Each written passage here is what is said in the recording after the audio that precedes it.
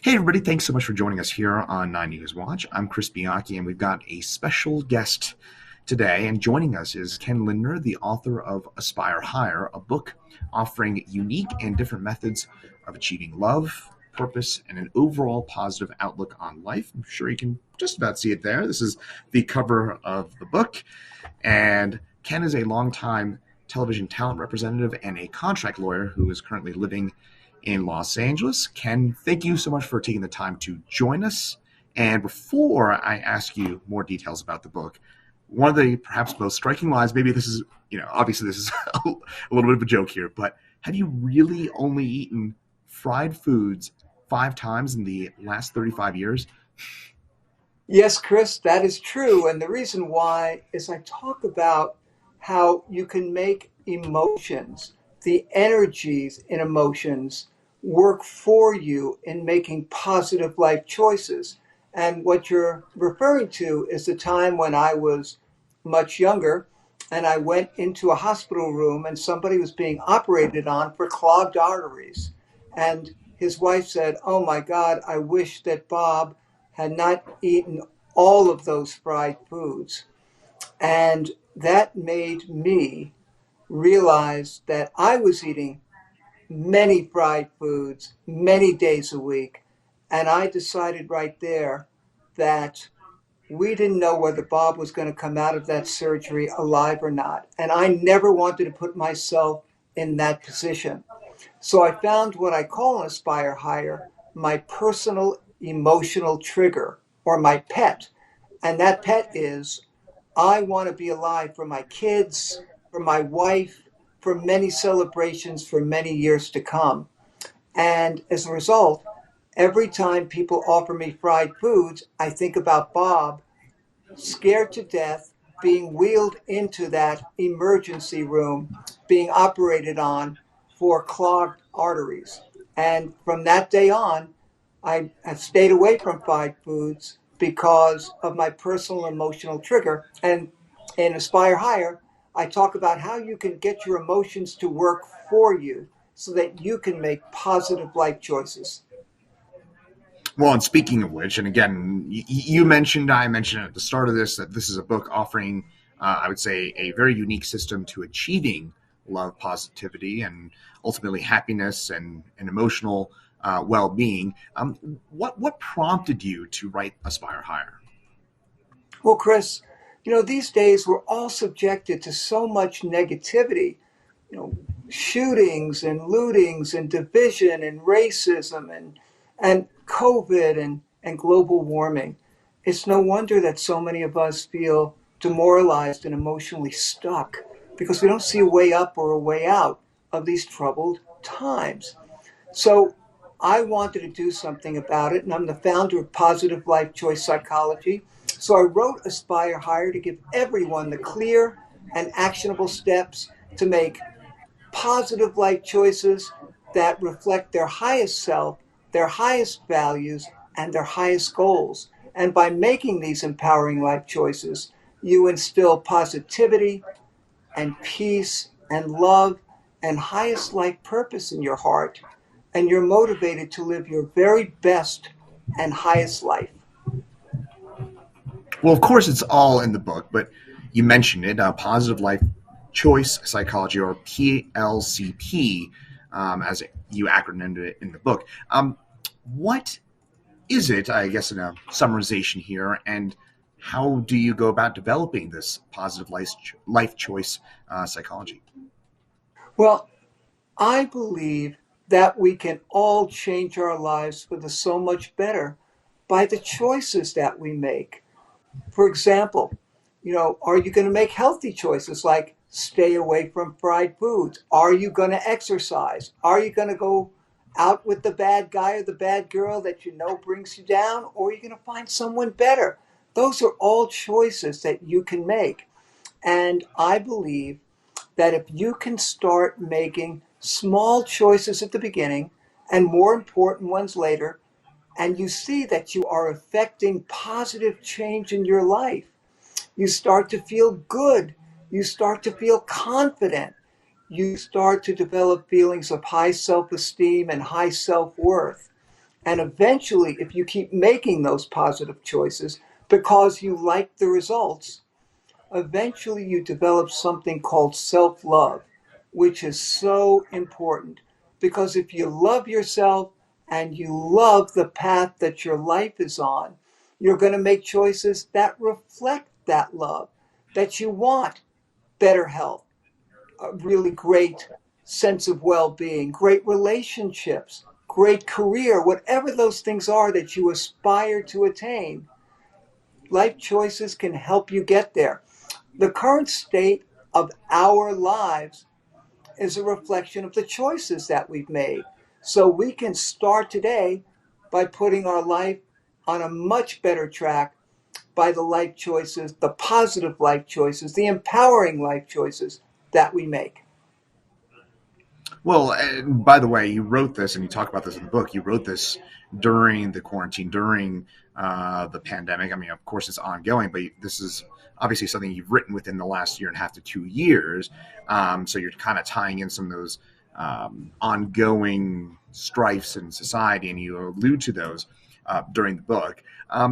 Another thing to that is you wrote this and another book during the COVID-19 pandemic, or I believe you wrote two of them. And the reason I mention that is that one of the themes you kind of repeatedly discuss during the book is goal setting. Can you get into more specifics about how you advise setting goals and also about the kind of workbook you have at the end of it as well? Yes, Chris, and that's a great question. All of my books are about how to attain your goals, how to self actualize, how to be the best you can be. And the key is, first of all, you need to know what you really want in life. And we're so busy doing things, we never take the time to think about what would make our heart sing, what would put a smile on my face and in my heart. And we want to set goals that we want for ourselves, not what our parents want, not what our spouses want, not what our professors want, not what significant others want for us, but what we want. That way you can set goals that are authentic and reflect your authentic self. And I also believe that there is a choreography. And in my book, Career Choreography, I talk about there is a logical set of steps that anyone can take to put the percentages in their favor that they can attain their goals and live their dreams. The key is you just need to figure out what those steps are. And in Career Choreography, I talk about that. In Aspire Higher, I also talk about it, but in a different way. So the key is you need to make the choices and take the steps to put the percentages in your favor that you have the best chance to live your best life and attain the goals that you really want. And to that, I think this plays into one of your kind of main themes as well. Is you have a couple of different sayings. We went through positive life choice psychology, which I apparently can't spit out properly. But in addition to that, you mentioned your heart of hearts several times as well. Can you kind of explain that concept and how you came up with that? Sure. Um, I was talking about your heart of hearts, which to me is sort of a combination of your heart, your soul, and your psyche. It's your innermost core being. And when I was talking, or when I used your heart of hearts, it was in connection first with a young child. Because when we're born, we're subjected to all of these stimuli and we take them in. And we're subjected to positive stimuli and negative stimuli. Hopefully, you are loved and treasured and cared for by your parent. So lots of love flows into your heart of hearts. And I believe that when good things go into your heart of hearts, good decisions, great choices come out. But if by some chance you don't feel loved, you don't feel approved of, you don't feel treasured, you feel rejected, hurt, unlovable, then your heart of hearts wells up with negative feelings, feelings of anger, feelings of resentment, feelings of hate, feelings of fear.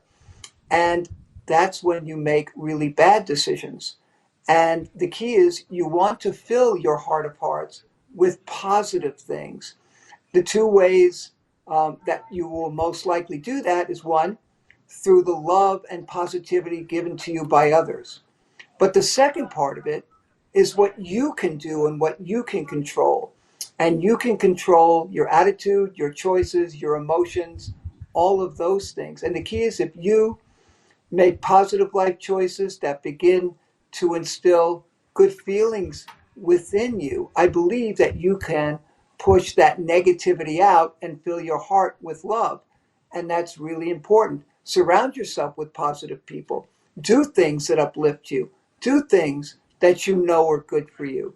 That all makes you feel worthy of better things, of a better life, and deserving of those things. So it's really important to fill your heart of hearts with love and good feeling, because that's what will come out. And I certainly walked away from the book with some of those feelings myself. Now, I've read the book, as I mentioned. I would imagine majority of you out there watching us have not at this point yet. So there's a lot of books about self-wellness and positive psychology. Ken, what do you think is different in Aspire Higher, and how can it help our viewers achieve that, as opposed to, again, some other books and some other concepts of self-wellness? Well, Chris, when I was writing this book during this pandemic, everybody was saying we need more love, we need more peace, we need more civility and kindness in our country. But nobody had come up with any steps to take us to those lofty aspirations. So I decided that I was going to develop clear, actionable, and achievable steps to take us there. So the difference between Aspire Higher and I believe all other books is the fact that there are concrete steps that people can take to elevate their lives, elevate their spirits, elevate their feelings of optimism and positivity. And that's what Aspire Higher is all about. It's also about aspiring to be your best self, because if you're making life choices that reflect your highest goals, your highest self, and your highest values, you're going to feel really great about attaining those goals, because you know that you are in sync and in harmony with your highest self. And that really is empowering and masterful. So the difference is, succinctly, is that I give steps, concrete steps for anybody to start taking immediately to elevate their lives. And these steps cost nothing. You just have to start taking them. And in fact, you kind of mentioned that at the end of your book, and I actually kind of filled this out here, is that you do have kind of concrete steps as well to write down some of those goals and some of those actual steps that you mentioned in the book. You do have a brief workbook at the end to kind of help the Yes. audience, again, take that physically and apply it into practice. With that in mind, are there any kind of final takeaways or final things that the audience should look for from Aspire Higher? Yes, well, I love Channel 9, and I would love to help Channel 9 viewers as much as I can. And the key really is your life choices can really make a difference. They can put your life on a much better track. Value each opportunity to make a great choice. Make a great choice. See how wonderful it feels. See how empowered you feel. It will reinforce and motivate you to make many more positive life choices in your life.